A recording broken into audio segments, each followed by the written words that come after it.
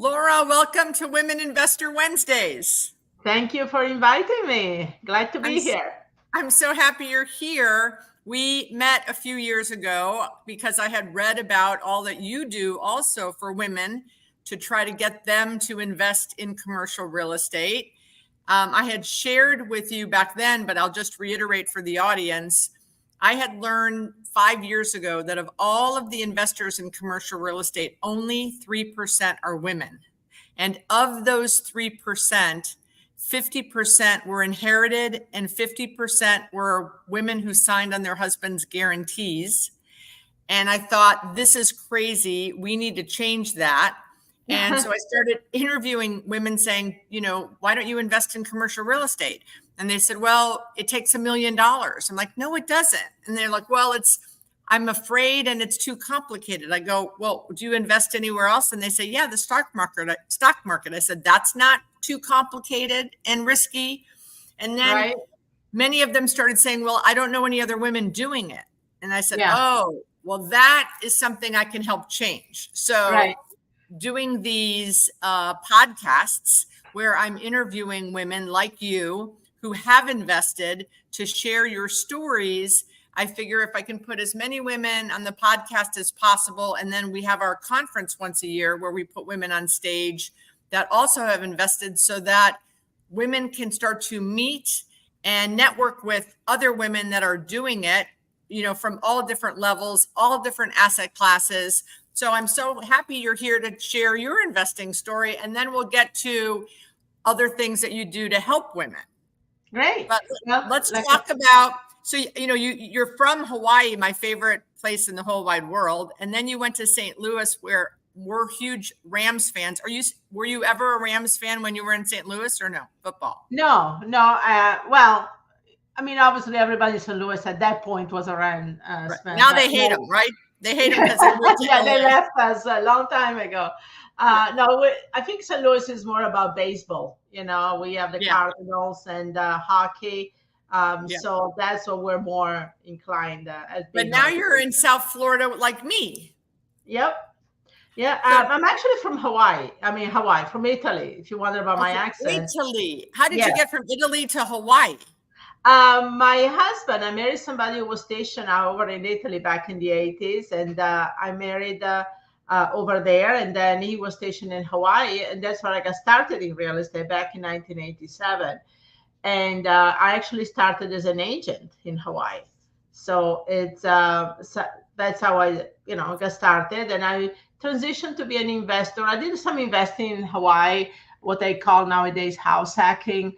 And then in 91, I moved to the mainland, and that's when I really started becoming an investor full time. And I was licensed for over 20 years, but just to do my own things. I wasn't really doing for anybody else. So you mentioned it's in your bio that you guys, I think that you flipped 40 buildings or 40 homes or 40 properties in St. Louis. Well, no, that was my rentals that I started. So to give you a high overview of my story, I moved to St. Louis from Hawaii back in 91. And I was looking at a way to build passive income and buy rental properties. And I had come across some infomercial late at night. Some of you might know Carleton Sheets and Robert Allen. And I started studying up and buying these infomercials. And I started applying some of the information, and it worked. So within about a year and a half, I had over 40 doors, about 16 rental properties, multifamilies, anywhere from 2 units to 8 units, which is commercial. And I did that without any bank financing. I did that without my own credit. I wasn't working at the time. I really hadn't established much credit coming from Italy. So by the end of 92, I had all these properties. And then I stumbled into what nowadays they call wholesaling, which back then was flipping contracts. So I started flipping contracts in 93, and I became kind of the pioneer when it comes to wholesaling nowadays. And then from that on, I went into fix and flip, and then I went into raising private money in 2001 and created syndications. So I was doing a lot of it in St. Louis from 91 until 2015. And then in 2015, I decided I wanted to start the next chapter of my life and move to Florida.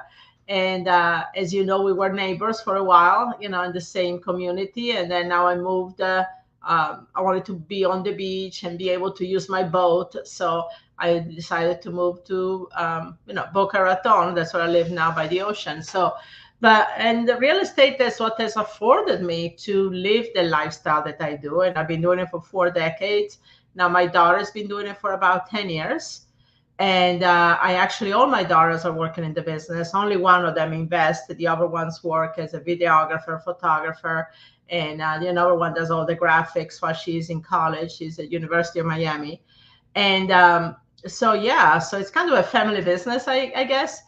But what I do mostly is I love to inspire and empower women all over the country. And I also have women in South America, Europe, and Canada. So we are expanding and empowering women with true knowledge. And that's what I love to do. And you get to a point in your life that you say, okay, what do I do now with this knowledge, right? Something happens to me, I'll take it to my grave. Or I can write a book, which I did. I have a book back here that I wrote with my daughter. And those are a collection of interviews of women that have inspired me, from the first real estate broker I met in Hawaii, who got me started in real estate, to women we met across the years. So we wrote a book about these amazing women. But I wanted to, pass something along, and hopefully other women can make a difference in their own life. That's amazing. So can you think back to, so did you say that you bought 40 doors in 1.5 years and you didn't get any loans? Correct.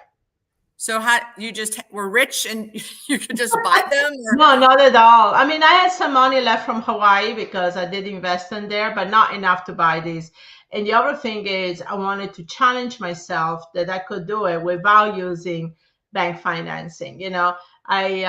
I took the concept of OPM, right, over people's money, and ran with it. And so I was, one of the things I did is, I remember this Carleton sheets. I don't know if you guys know, he was doing late night infomercial. He came up with his course back then. Anything that had in the title, no money down, nothing down, I would buy it. So if it was a book, a late night infomercial, I would buy it and absorb the information. But he had this, and I still have it. It's a VHS tape. And this VHS tape, he had a simple strategy. Which was basically, calling any places that are for rent and ask him if they would consider selling at some point in the future.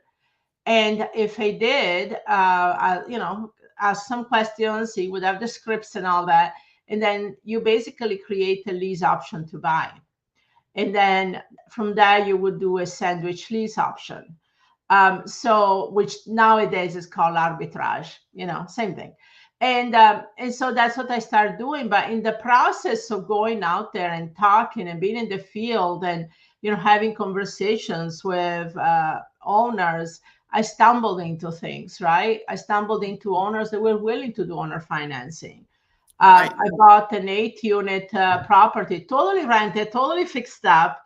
I wish I would have it to this day, because today would be worth, I bought it for $220,000. And now the evaluation is over $2 million. Oh. And it's in one of the if anybody knows St. Louis, they know Central West End is kind of where all the lofts and art galleries are. But back then it wasn't as ritzy. And but there was a partnership. They wanted to dissolve it. They didn't have anything to do with each other. So they say, take over our note. And back then, it was easier to take over like a note. They gave me a second mortgage for the down payment. Wow. And I owner financed it with them. And with commercial, like, you can do a lot of the things you cannot do with residential. So, I was able to do that, but then I ended up selling it a few years later just because I was focusing more on smaller single family. And I wish I would have kept it because I was a cash cow. But the thing is, with commercial, you can do a lot of different things that you will not be allowed to do with residential. So do you invest now or do you just teach? I invest. Mainly I do fix and flip. Right now I focus on high-end fix and flips, here in South Florida. So that's what I do. One thing that stuck to me, I started with high-end because I started in Hawaii. And then I went into, for many, many years, I've done fix and flips, average, medium income homes. But now I'm focusing again on a higher end, 1 million, 1.5 and up. How did you get from Hawaii to St. Louis? My husband, again, at the time being in the Army, he got stationed in actually central Missouri, there's nothing. And so I decided that, the closest metropolitan area was St. Louis, which was about 2 hours away. I mean, Italy, Hawaii, St. Louis. And then somewhere in there's also New York, because I also moved to New York at the end of the 90s for 2 years. And so I got licensed in New York State, and I was doing investments up in the Hudson Valley. But yeah, and now I'm in Florida. So yeah, I pretty much travel. So is it easy to find $1 million to $2 million houses to renovate? And then are you a holder now based on what you've learned in the past, or are you still flipping? I have my rental still in St. Louis, and they've been paid for many, many years ago. So I don't even have mortgages on them. So I still have my portfolio. And one of the things I still do, I buy a couple rentals a year, mainly for tax reasons, to offset some of my other gains. But because of the area, as you know, Boca is, $1 million a regular house here. Right. So yeah. I tend to focus on the higher end. My sweet spot right now is between 1 and 3. Is it easy to find them? Yeah. It is. Over here, yeah. Fix them. I mainly do fix and flips. I don't hold on to them. I hold on to 6 months to a year max. But yeah, I do fix and flip. How many are you do you do them yourselves, or do you syndicate those? No, I have my own. I have my own contractors. We do it. Yeah. No, but I mean, as far as buying, like if you found 3 houses that were $1 million to $2 million each, would you do them yourself, or would you syndicate those deals? No, I do them myself. Are you doing any syndications now?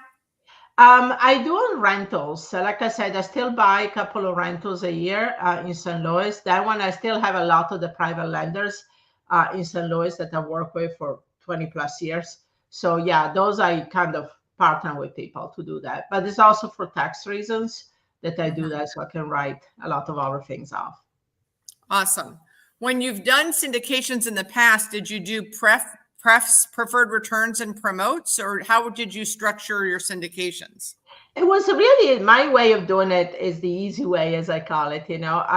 This was in 2001, so a lot of the SEC rules were not established. We changed over the years because after 2007 happened. So basically, I would just create an LLC with my private lenders and for that particular project. So, we would just create, and mainly we focus on multifamilies, by the way. Mainly we didn't do single family. I think we did only one. We did new developments. Now we did new construction in St. Louis. So we worked with the city, got the grants, and we did a lot of what nowadays they call opportunity zones.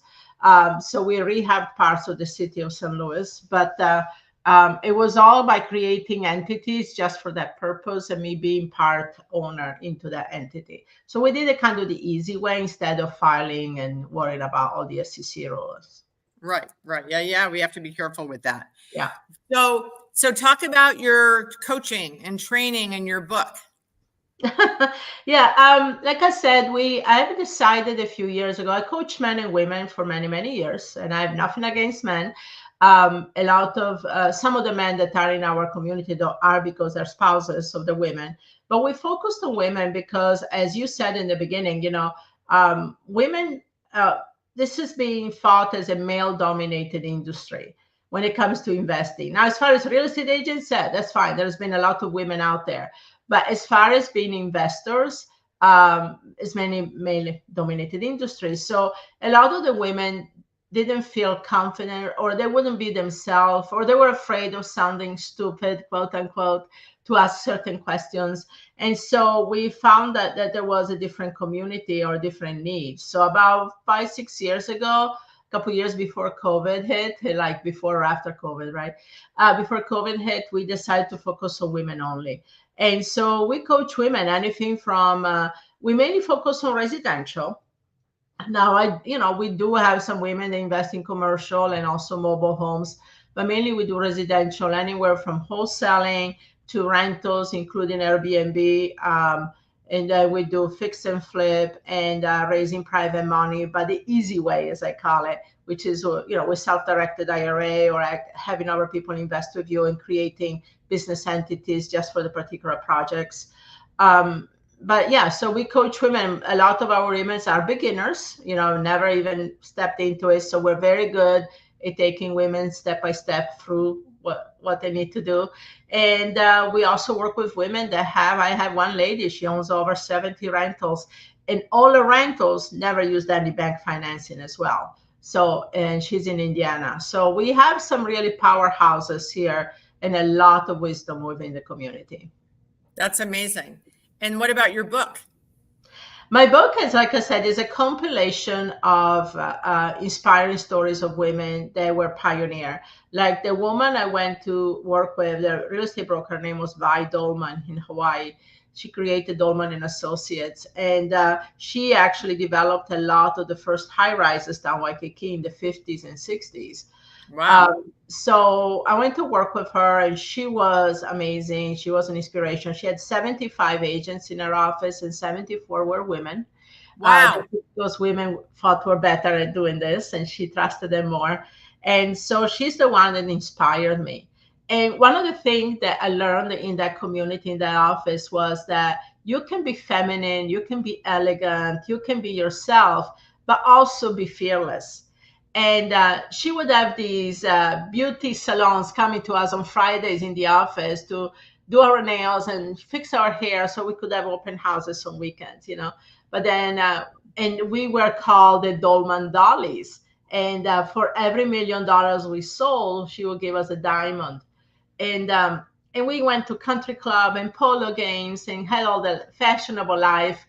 And by the same token, we were like fearless, and we always had to be impeccable. And so her interviews in the book, she was 98 years old when she passed away. And her daughter actually is the one I interviewed. Her last commission check was on her deathbed. She nodded, she closed the deal, and she nodded and smiled, and she died a day later.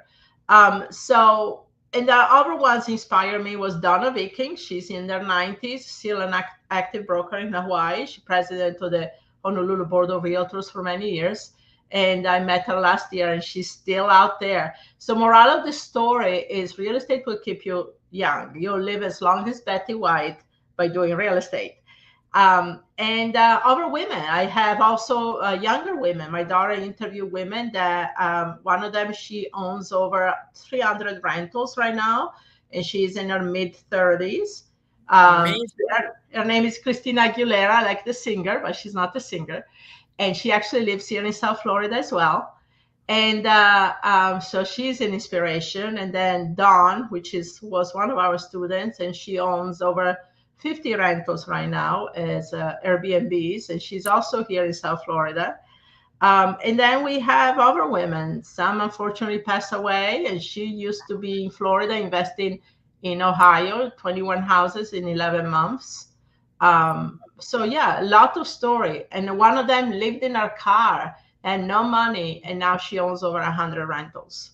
That's amazing. So you said you have 2 daughters, right? 3 daughters. So one invests and the other 2 don't. Correct. Why don't the other 2 invest? I don't think it's for everybody. One of them, she's very academic. She's a researcher at University of Miami. She's graduated as a senior this year in marine science and geology. So she loves that. And that's her thing. She's not real estate. And the other one, she likes to take pictures of real estate, but she's not interested in investing. So no, it's not for everybody. Like I always tell my ladies, not everybody wants to be in real estate. So when you go out there and talk with people, you have to realize that you see opportunity, but they don't necessarily see it. They can see the piece of property and think that is a burden. That's something they inherited. Yeah, I mean, I think I agree with you. I don't think being a GP is for everyone, but like my boys, I've got 2 boys, 24 and 21, and one's in LA, is in the entertainment industry, and the other one plays golf in college. So they have zero interest in their mom's, real estate endeavors, but they are investors as limited partners. They'll put, $25,000 into a couple deals. And I think I'd rather have them do that than put it in the stock market. Yeah, no, I agree. And my boy, I have a boy as well, and he has asked me about investing with me, but he's very scared about his money. So he does very well. He's very, he saves and saves. So I'm still working on him to Awesome. be okay with it. But yeah, he does want to invest. But then when I ask him, hey, I have this thing going on, and he's like, hold on. But he will come around.